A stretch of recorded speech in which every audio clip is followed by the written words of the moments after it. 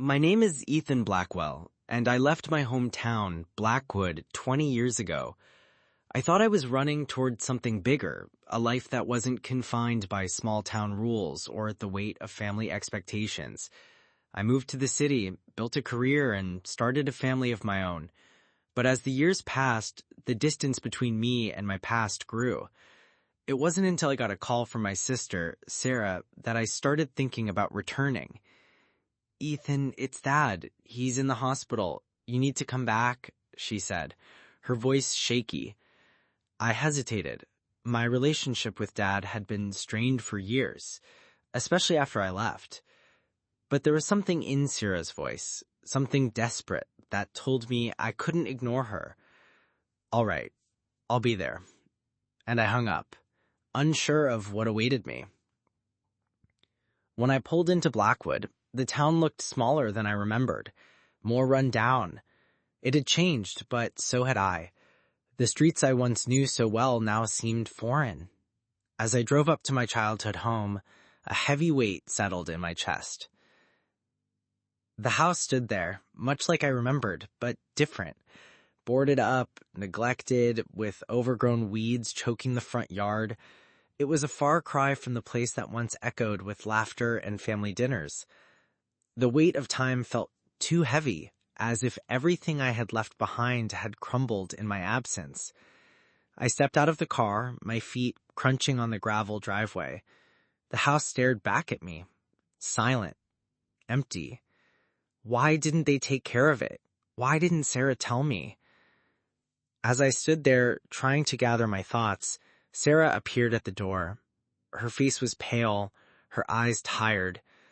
I couldn't tell if she was angry with me or just resigned to the fact that I had come back. Finally, she spoke. "Ethan, it's Dad. He's gone. He passed away last week." The world stopped for a moment. Gone. The man who had raised me, the man I had spent years avoiding, was gone. I couldn't breathe. I wasn't there. Not when he needed me the most. "Why didn't you tell me sooner?" I choked out, the regret thick in my voice. "I didn't want to drag you back into this, Ethan," she replied, her voice soft but firm. "But he needed you. He always did." I stared at her, unable to say anything. The weight of what I had done, the distance I had created between myself and my family, was crushing. We walked inside the house, the silence between us thick. It felt like a place I no longer belonged. The familiar smell of my childhood home had been replaced by dust and decay. The furniture was gone. The walls, once full of family photos, were bare. It was as if the house had been abandoned for years, not just a few months. We walked into the living room, and I could feel the memories clawing at me. The laughter of my siblings, the smell of my mother's cooking, the sound of my father's voice. It all came flooding back. I turned to Sarah, trying to find something to say, but the words wouldn't come. "Ethan, you need to see this." She led me to the attic, the place where we had stored family keepsakes. The boxes were old and dusty, but one caught my eye. It was the same box I had hidden away when I left all those years ago, the box of memories. I opened it, and there they were. The family photos, the letters from my father, the ones I had never read. I picked up an old photograph of my father and me, taken on a fishing trip, just the two of us. We were smiling. The image captured a moment of simplicity, of happiness, and it felt so far removed from the man I had turned into. I wiped my eyes, unable to hold back the tears. It wasn't just my father that I had lost. It was time. I had missed so much. And now the house, the memories, everything I had taken for granted was slipping away.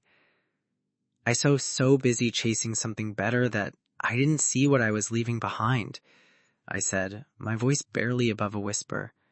Sarah stood next to me, her arms crossed, staring at the photograph. You didn't just leave Dad behind, Ethan. You left us. And now look at this place. It's all falling apart. We stood in silence, surrounded by the remnants of a life I had once known.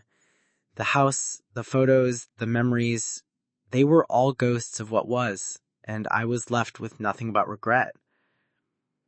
Then something caught my eye. An envelope on the old coffee table, unopened. I picked it up, and as I opened it, I found a letter from my father, written just weeks before his death. Ethan, I know I haven't been the best father, but I want you to know that no matter what, I'm proud of the man you've become.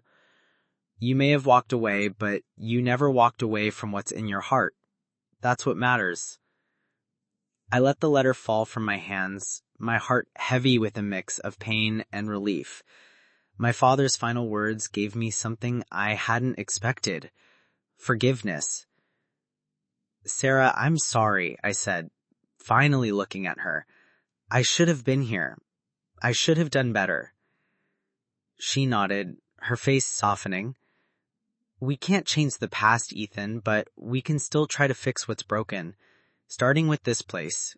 Dad would have wanted us to make it right.